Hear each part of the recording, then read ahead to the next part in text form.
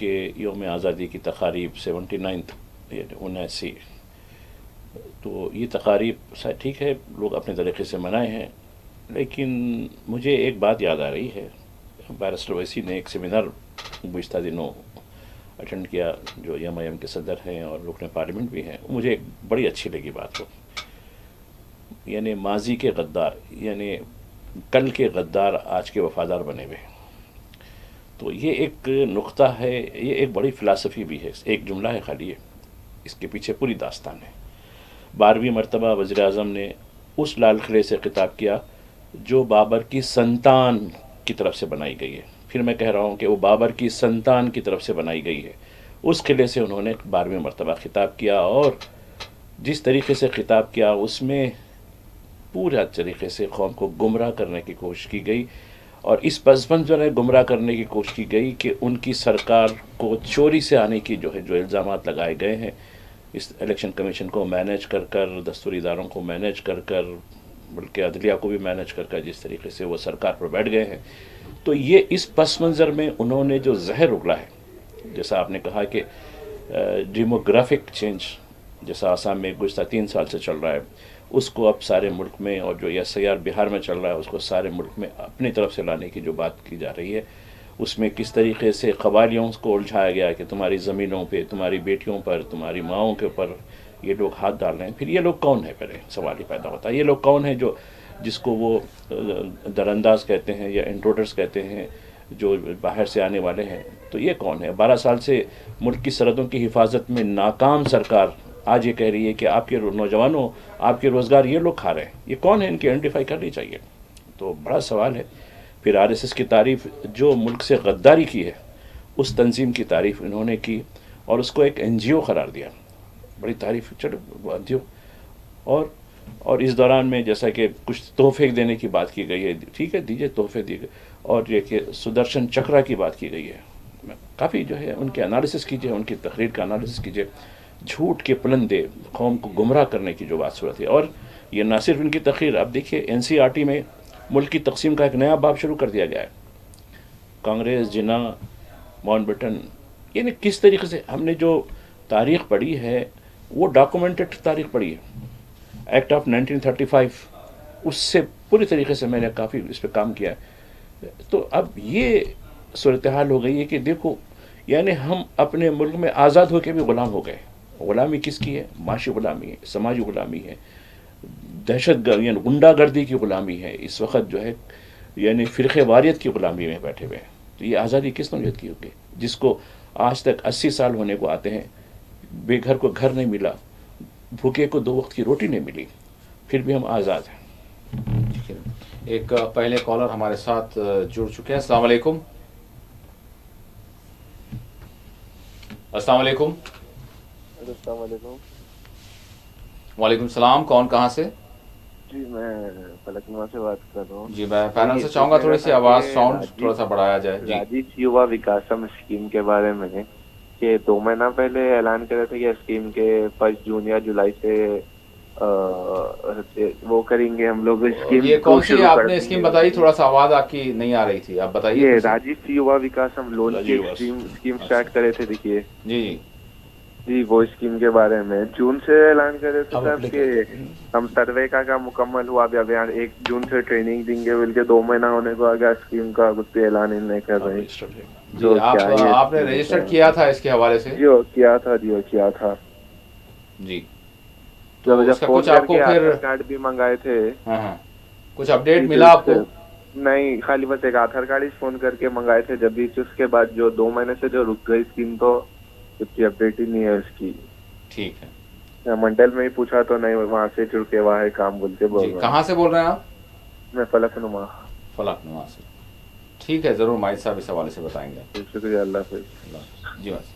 جی یقیناً یہ نہیں، دیکھیے راجو یووا ہستم کے نام سے ایک اسکیم کچھ مہینے پہلے شروع کی گئی، کینڈیڈیٹس کو بھی سلیکشن کیا گیا اور ان کو خود روزگار سے جوڑنے کے لیے ایم ایس ایم ای جیسا ہوتا ہے اسی طریقے سے ان کو ٹریننگ دے کر پھر ان کو انویسٹمنٹ کرنا، یعنی گرانٹ کے طور پر، خرچ کے طور پر نہیں، 3 لاکھ یا 5 لاکھ روپے جو بتایا گیا ہے، یہ اسکیم ابھی یقیناً اعلان ہوا اور یہ بتایا گیا ہے کہ اب راشن کارڈ کی تقسیم کا عمل ہو رہا ہے، یہ تقسیم ہونے کے بعد ہم یہ اس کو کریں گے.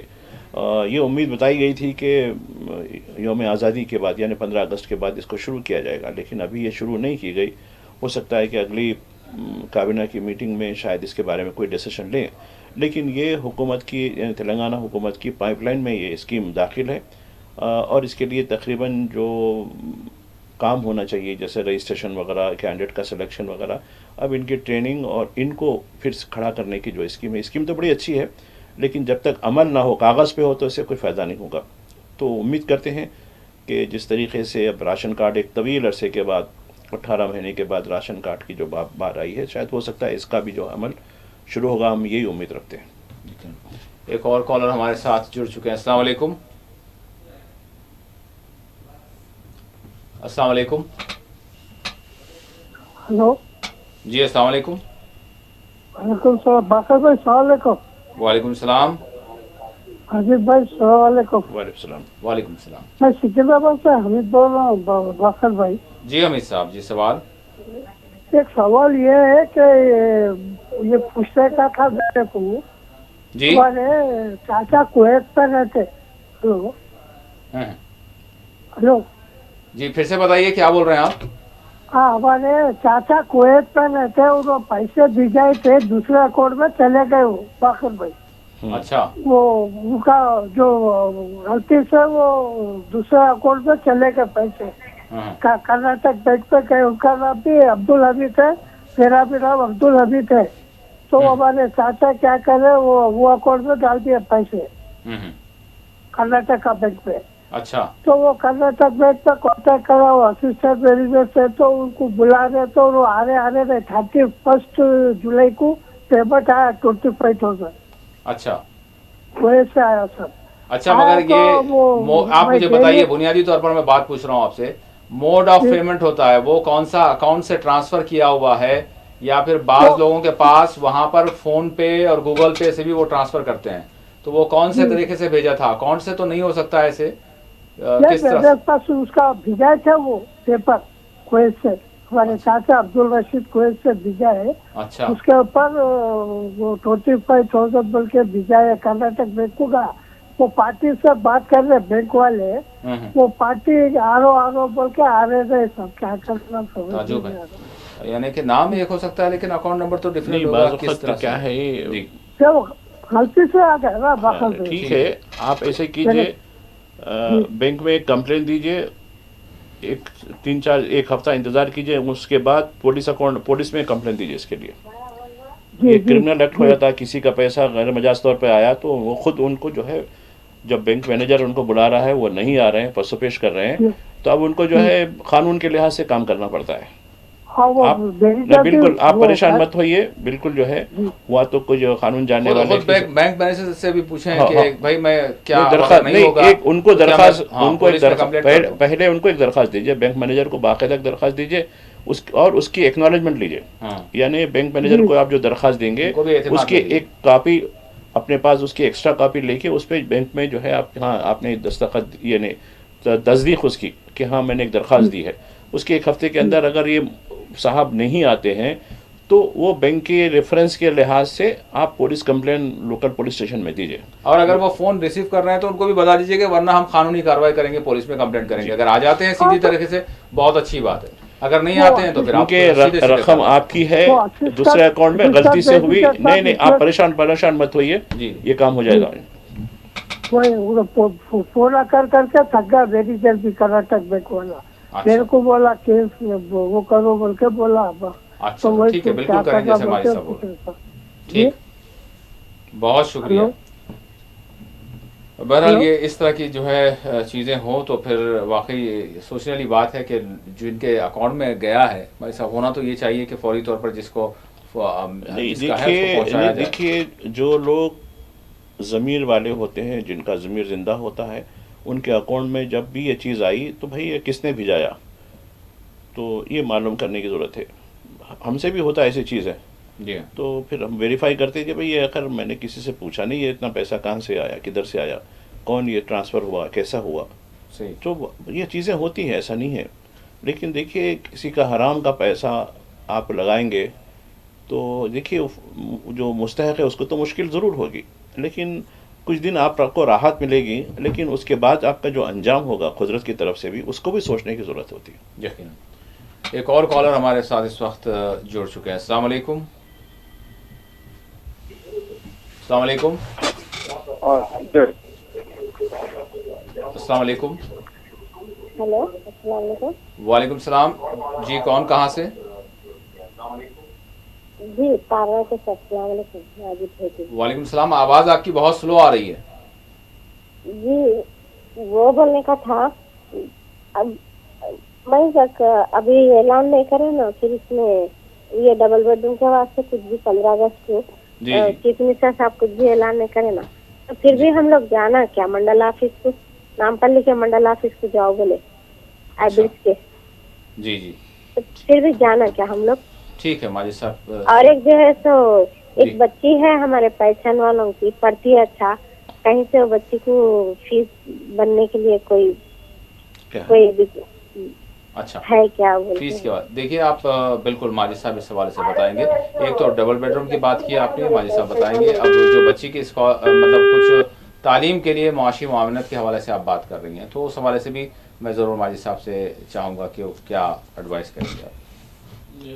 دیکھیے تلنگانہ میں جہاں تک ہاؤسنگ کا جو معاملہ ہے، حکومت نے وہ ڈبل بیڈ روم کی جگہ اندرو کے نام سے جو اسکیم شروع کی ہے، وہ تو خیر ایک الگ اسکیم ہے، لیکن جو مکانات ان الاٹڈ ہے ڈبل بیڈ روم کے جو پچھلی سرکار نے بنائے ہیں، ابھی بے شمار، ابھی شاید 30% مکانات ابھی ان الاٹڈ ہے، تو اس کو دینے کی بات کی گئی تھی۔ یقیناً آپ نے بات کہی کہ 15 اگست کے بعد کچھ لوگ ہیں، یقیناً آپ انکوائری کر سکتے ہیں، یہ منڈل آفس میں جا کر برابر کر سکتے ہیں جو بھی ہو، لیکن آپ کسی بروکر سے یا بیچ میں جو ایجنٹس وغیرہ ہوتے ہیں ان سے وہ کچھ بات مت کیجیے۔ البتہ ہو سکتا ہے تو آپ اپنے کارپوریٹر سے یا ایم ایل اے صاحب سے بات کیجیے، یہ چیز ہو سکتی ہے۔ رہی بات آپ کے جو بھی بچے ہیں تعلیم کے لیے ہونا ہے، تو آپ بتائیے، ایک تو آپ اگر مستحق ہیں، آپ کے پاس وائٹ راشن کارڈ ہے، تو یا پھر آپ کے پاس سالانہ 2 لاکھ روپے سے کم آمدنی کا انکم سرٹیفکیٹ منڈل آفس سے ہے آپ کے پاس، تو ایسے میں آپ کو فیس ری ایمبرسمنٹ ہو جاتا ہے۔ اس سے ہٹ کر اسکالرشپ کی بات جہاں تک ہے، وہ بھی آپ کو جو ہے اسکالرشپ آپ اپلائی کر سکتے ہیں، لیکن اسکالرشپ جو ہے مرکزی سرکار اور اسٹیٹ کی جو ہے میچنگ سے ہوتی تھی، لیکن مرکزی سرکار نے خاص کر مسلمانوں کے لیے جو اسکالرشپ کی تھی وہ چیزیں گھٹا دی ہیں، جس کی وجہ سے کچھ مسائل اسکالرشپ کے لیے آ رہے ہیں۔ لیکن اس کے باوجود بھی کئی ایسی یعنی رضاکارانہ تنظیمیں ہیں جو بچوں کو انکریج کرنے کے لیے، خاص کر مائنورٹیز میں بھی، ان کو اپنے طور پر، ابھی حالیہ میں بھی 2-3 تقریب ہوئی جس میں جو ہے ہم نے دیکھا کہ کس طریقے سے وہ بچوں کو انکریج کرنے کے لیے اپنے طور پر اکٹھا کر کے جو ہے لوگ اسکالرشپ دے رہے ہیں۔ تو آپ پریشان مت ہوئیے، مجھے بچوں کے لیے جو بھی ہو سکتا ہے، آپ سائٹ پر بھی کئی چیزیں اویلیبل ہیں اسکالرشپ کے لیے جو NGOs کی طرف سے ہوتی ہیں، لیکن اگر آپ مستحق ہیں، وائٹ راشن کارڈ یا کم آمدنی کا آپ کے پاس سرٹیفکیٹ ہے، تو حکومت سے بھی آپ اسکالرشپ لے سکتی ہیں۔ ایک اور کالر جڑ چکے ہیں۔ السلام علیکم۔ ہیلو، السلام علیکم۔ وعلیکم السلام۔ جی جناب، کون کہاں سے؟ جی ہے لائن پہ؟ بالکل، آپ کی آواز اسٹوڈیو میں آ رہی ہے، کون کہاں سے؟ اچھا، سید محمد باقر صاحب۔ جی جی جی ہاں ہلو، عبد الحمید نلگونڈا۔ جی عبدالحمید صاحب، جی سوال۔ عبد الحمید ہاں نلگونڈا، عبد الحمید نلگونڈا۔ دیکھو بھائی، نلگونڈا ماجد صاحب کے لیے، ہاں نلگونڈا۔ آپ کا فون ڈراپ ہو جائے گا اس وجہ سے کہ آپ کی بات آپ ہی سن رہے ہیں، پھر ٹی وی پر سن رہے ہیں، پھر آپ کی آواز آپ کو ریپیٹ ہو رہی ہے، پھر آپ مجھ سے سوال کر رہے ہیں۔ تو میں ہمیشہ التماس کرتا ہوں آپ سبھی سے کہ جب بھی کال کریں تو اپنی ٹی وی کی آواز کو کم کر دیں یا پھر ٹی وی سے دور ہو جائیں، تاکہ آپ کی آواز صحیح طریقے سے ہم تک پہنچ سکے اور آپ کا سوال سن سکیں اور آپ کا جواب دے سکیں۔ آپ کا بھی ٹائم ضائع نہیں ہوگا اور پھر دوسرے کالرز بھی جو ہے لائن پر ہوتے ہیں۔ تو میں پھر ایک مرتبہ التماس کروں گا، ادروائز کال آپ کی ڈراپ ہو جاتی ہے، تو میں التماس کروں گا کہ دوبارہ ٹرائی کریں، اور جب بھی کال کریں تو ٹی وی کی آواز کو بند کر دیں یا پھر ٹی وی سے دور ہو جائیں، فون کے ذریعے بات کریں تاکہ آپ کا سوال سن سکیں صحیح طریقے سے۔ بہرحال عبدالحمید صاحب نلگونڈا سے تھے جن کی کال ڈراپ ہو گئی۔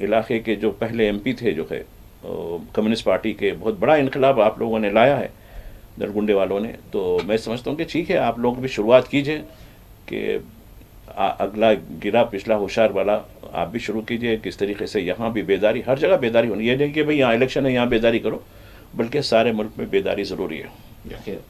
ایک اور کالر ہمارے ساتھ جڑ چکے ہیں. السلام علیکم. صاحب السلام جی علیکم. آپ دونوں کو میرا السلام علیکم. وعلیکم السلام. جی میں محمد شکیل الزما صدیقی بات کر رہا ہوں، Hussain Alam Bibi Fatima colony road Hyderabad سے. جی صدیقی صاحب سوال. مجھے کہنا یہ ہے کہ صاحب کہ یہ ایلیگل کنسٹرکشن کے بارے میں جو ہے تو بہت گورنمنٹ کا جو وہ آیا ہے کہ سخت نوٹ آیا ہائی کورٹ کی طرف سے کہ آکوپنسی سرٹیفکیٹ نہیں دینا، لائٹ کا کنیکشن نہیں دینا. کئی کیسز جو ہے تو ایسا کورٹ میں خود ہے جو اس کا آرڈر ایشو کر چکا تو میونسپل کارپوریشن ٹاؤن پلاننگ اس کے اوپر ایکشن کیوں نہیں لیتی صاحب؟ میں نے خود اپنے پڑوسی کے بارے میں کیس ڈالا ہوا ہوں. دوسری بات یہ کہنا چاہتا ہوں صاحب، یہ ڈاگس کے بارے میں جو دلی NCR میں جو پابندی لگا میں اس کا ویلکم کرتا ہوں. اس کو through all over the India میں امپلیمنٹ کرنا چاہیے اس آرڈر کو، جو شیلٹر میں دینے کے لیے ڈاگس کو جو آئے دن کاٹ رہے ہیں کر رہے ہیں، پورا آل انڈیا لیول پہ لگانا چاہیے. ہلو جی جی جی. تیسری بات یہ ہے صاحب، یہ مخدوم صاحب کے مقبرے پہ جو وہ لوگ یہ کرے ہیں، یہ تو دوسری بابری مسجد کا کام کر دیے ہیں.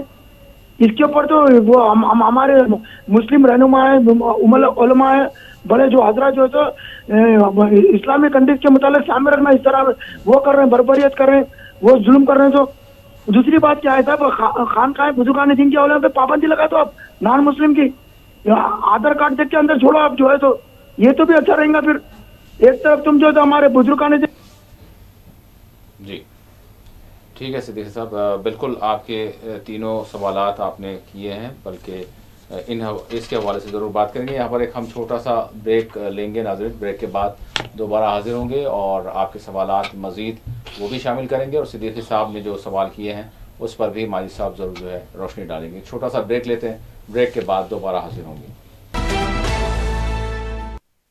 خیر مقدم ہے، ہمارے ساتھ بریک سے پہلے صدیقی صاحب فون پر جڑے تھے اور انہوں نے سوال کیے، ایک تو غیر قانونی تعمیرات کے حوالے سے، دوسرا انہوں نے جو دہلی کے NCR میں ڈاگس کے حوالے سے جو کورٹ کا جو آرڈر آیا، اور پھر اس کے ساتھ ساتھ اتر پردیش کے فتح پور میں جو ایک مقبرے کو، ایک بزرگ کے مقبرے کو جس طرح سے اس پر جو ہے چڑھائی کی گئی اور اس کی توہین کی گئی، اندر داخل ہوئے شرپسند، وہ بھی پولیس کی موجودگی میں، اور اس پر خاموشی ہے کیوں، یہ سوال کر رہے ہیں.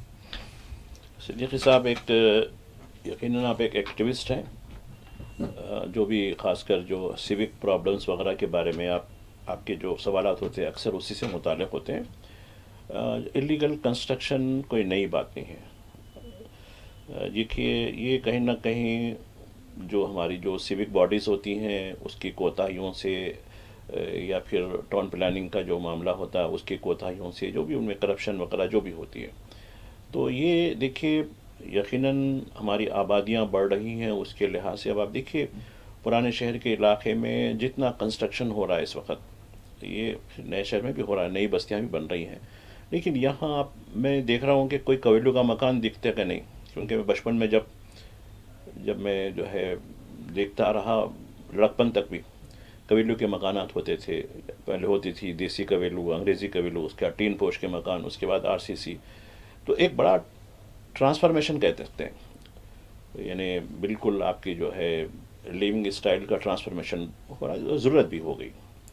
لیکن جو لوگ تعمیر کرنا چاہتے ہیں یقیناً وہ اجازت لیں، سرکار بھی اب ریلیکسیشن ہو رہی ہے. اور سب سے بڑی بات جو ہو رہی ہے رین ہارویسٹنگ پٹس کے حوالے سے یہ ہو رہی ہے، اور پڑوسی کا کھا جائیں گے 2 فٹ کی 3 فٹ کی، یہ ہم کو 6 فٹ کی ضرورت ہے جاتے وقت. یہ بھی سمجھ کے آپ کسی کی تعمیر کرائیں.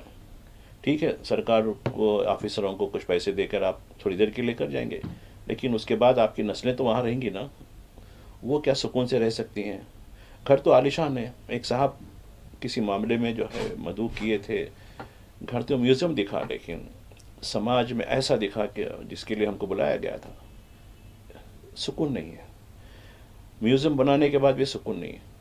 مجھے وہی اس کسان کی جھوپڑ پٹی یاد آتی ہے، اس غریب کی جھوپڑ پٹی یاد آتی ہے، جو گھاس پھوس کا ضرور ہوتا ہے مکان، لیکن ایک اطمینان، ایک سکون ہوتا ہے. تو دیکھیے یہ ہم کو ایک زندگی کو بہت اونچائی سے دیکھنے کی ضرورت ہوتی ہے. تو یقیناً آپ کی بات صحیح ہے, بلدیہ ہو یا دیگر جو ادارے ہوں وہ کریں. اور آپ دیکھیے پرجاوانی کا پروگرام ہوتا ہے, اگر آپ کو واقعی کسی سے شکایت ہو, لیکن کسی سے دشمنی کی شکایت مت کیجیے, کیونکہ اس میں کافی انویسٹمنٹ لگتا ہے معمولی طور پہ. اور میں بھی جو مکانات تعمیر کر رہے ہیں ان سے بھی یہ ریکویسٹ کرتا ہوں قانون کے مطابق کیجیے. ٹھیک ہے, جس طریقے سے چونکہ حکومت نے بھی ایک راستہ بتا دیا, بلڈنگ ریگولیشن ایکٹ جیسا لینڈ ایکویشن ایکٹ ہے, وہ بھی کچھ عرصے کے بعد وہ آپ کی جو ہے کچھ پینالٹی لے کر اس کو ریگولرائز کر دیتے ہیں. لیکن اس میں بہت سی چیزوں کو دیکھیے, پڑوسی کا خیال بھی رکھیے, پڑوسی کی 1.5 انچ کی جو ہے سیڑھی جو ہے وہ مت کھائیے, اور رین ہارویسٹنگ ضرور رکھیے, اور 1-2 جھاڑ کی ضرور رکھیے گھر میں, ورنہ آپ گھر تو بنا دیں گے, اس کے بعد آپ کے خود مکین رہنے والوں کے لیے سانس کا جو پرابلم ہوگا, لنگس کا جو پرابلم ہوگا, یہ آپ کے لیے نقصان دہ ہو سکتا ہے. تو خیر رہی بات ڈاگ کی, ارے بھائی کتوں سے میں دیکھ رہا تھا گودی میں بھی وہی بیٹھے ہوئے بھوک رہے تھے اسی ایشو پہ, اتنا بھوک رہے, وہ NCR کے کتے اتنا نہیں بھوکے. دیکھیے 2 اینگل ہے اس کے. آپ کہیں گے کہ شیلٹر میں ڈال دیجئے, یہ سپریم کورٹ کا کام ہے, تو اس کو اس اینگل سے بھی جانوروں کے ساتھ ہمدردی کے رویے سے بھی ہم کو سوچنے کی ضرورت ہے. ویا میڈیا نکالنا ہے, ایک دم جو ہے کاٹ کے نہیں ڈال سکتے. وہ بھی خدا کی مخلوق ہے, کتا بھی, اس کو آپ کیسے رکھتے ہیں, کیسا رکھتے ہیں, یہ آپ کے پر ہے. وہ بھی آپ کا اتنا الزام کرتا ہے اپنے خدا پہ جو اس کو پیدا کیا, اور آپ بھی اتنا الزام کرتے ہیں. آپ اشرف المخلوقات ہے تو آپ کو کوئی ترمخا نہیں ہے, آپ اشرف المخلوقات ہوں, میں جس کو چاہے فائر کر کے کتے کو مار دوں گا. تو ایک لیڈر جو ہے بولتا ہے میں نے 2800 کتوں کو فائر کر کے مارا ہے. یعنی دیکھیے انسانیت بھی تو کوئی چیز ہوتی ہے. انسانیت صرف انسان کے ساتھ ہمدردی نہیں, اپنے جانوروں کے ساتھ بھی ہمدردی کو دعوت دیتی ہے. یقیناً ویا میڈیا کرنا چاہیے اس کے لیے. آپ کہہ دیں گے نہیں سپریم کورٹ کا کام کر دیجئے, فلاں کر دیجئے, یہ بات غلط ہے. رہی بات فتح پور کی, بالکل آپ کی بات درست ہے. یہ بابری مسجد ایپیسوڈ 2 دکھا مجھے, پولیس کی موجودگی میں 3000 لوگوں کا, وہ بھی مقامی لوگ نہیں ہیں, لوگوں کو پوری طریقے سے بھیڑ کو مختلف علاقوں سے لایا گیا, اور پولیس کی انٹیلیجنس کو پوری رپورٹ تھی, اور پولیس نے پوری طریقے سے اجازت دے دی تھی. لیکن جو ریئیکشن آنا چاہیے تھا, چاہے وہ ہمارے نام نہاد سیکولر قائدین کی طرف سے یا دیگر لوگوں کی طرف سے, وہ ریئیکشن اتنا اسٹرانگ نہیں ہوا, سوائے بیرسٹر اویسی کے جو انہوں نے اس کو یاد دلایا کہ یہ 92 کا ایک اور ایپیسوڈ ہے. تو یہ سمجھنے کی ضرورت ہے, ہم اب برداشت نہیں کرنے کے. جو غیر قانونی کام ہے اس پہ کوئی دعویٰ تھا, کچھ نہیں, محض ایک ایشو بنانا, چونکہ ووٹ چوری کا معاملہ سامنے آیا, اب کچھ نہ کچھ کرنا ہے. اب ان کو اتنا تعاقب کرنا ہے کہ ان کو جو ہے جگہ نہیں مل پانا چھپنے کے لیے. جھاڑ کے پیچھے چھپ گئے تو جھاڑ بولنا میرے پیچھے چھپا ہوا ہے, پہاڑ کے پیچھے چھپ گئے تو بولنا میرے پیچھے چھپا ہوا ہے, آؤ اس کا تعاقب کرو. یہ حالت ہو گئی. جب تک آپ میں یہ جذبہ نہیں ہوگا چوروں کو جو ہے پیچھا کرنے کا, ورنہ چور آپ کے اوپر سوار ہوتا ہے. ایک اور کالر ہمارے ساتھ اس وقت جڑ چکے ہیں. السلام علیکم. السلام علیکم بخر بھائی. وعلیکم السلام. جی السلام. مائک بھائی کو میرا سلام. میرے 2 سال ہے. سب سے پہلا سوال یہ صاحب کی ہے, یہ اپنے ریڈی صاحب آئے جب کہ 20 مہینے ہو رہا بول رہے ریڈی صاحب آ کے, اپنے KCR صاحب 10 کتنے کی کروڑوں خرچہ کر دیے, اب انہوں 20 مہینے میں اس سے زیادہ ڈبل خرچہ کر دیے بول رہے. اور اپنے ریڈی صاحب CM صاحب ہیں کہ کیا بول رہے معلوم, اپنے یہ پروگرامہ وہ پروگرامہ یہ کر رہا ہوں وہ کر رہا ہوں, پورے پروگرام بتا رہے ہیں, مگر جو وعدے کرے بلائنڈ لوگوں کو, ہینڈیکیپ لوگوں کو وظیفہ پڑھاتے بول کے نہیں پڑھائے, پھر عورتوں کو بیواؤں کو پڑھاتے بول کے نہیں پڑھائے, اور 2500 روپے دیتے بول کے عورتوں کو وہ نہیں پڑھائے, پھر دوسرے لوگوں کو بھی 5-5 لاکھ روپے دینے پڑھائے. خالی وعدے کرتے آ رہے ہیں. مودی کی سرکار انہوں ہی پھرا رہے ہیں صاحب, انہوں مودی کے بھائی دکھ رہے ہیں. جیسا مودی صاحب بھی آ کے جو الیکشنوں میں کتنے گڑبڑا کرا رہے ہیں. الیکشن میں بولا نا, اس سے پہلے بولا تھا جب تک کہ بیلٹ پیپر پہ نہیں ہوا الیکشن یہ BJP جیتتے رہیں گی. اور حکومت عدالت والا ہی دکھے ہوئے صاحب, عدالت والے بھی کیا کریں, تھوڑا فیصلہ سنا رہے. پھر وہ دیکھو اپنی شادی بمبئی میں جو حادثے کرے, پہلے مسلمانوں کو چھوڑے, پھر اس کا چال کر کے کیا کرے, وہ لوگ بری ہے بولے, پھر کیا شیطان آ کے حملے کرا تھا وہاں پر بمبئی میں. اور اب دیکھو پھر نوری مئی کے مڑیاں مسجداں توڑ ڈالے. بولے سنے تو رونا نا صاحب, کانگریس اپنی BJP انگریزوں سے زیادہ ظلم کری صاحب, مردوں کو بھی ظلم کر رہی, قبروں پہ ظلم کری. بیچارے مدرسے کے مسجد کے مڑیوں کے کرائے تھے اس پہ جیتے تھے, وہ بھی توڑ ڈالے. کیا کر رہے سمجھ نہیں آ رہا تھا حکومت. یہ بولے تو مہربانی. ضرور. جی میں صاحب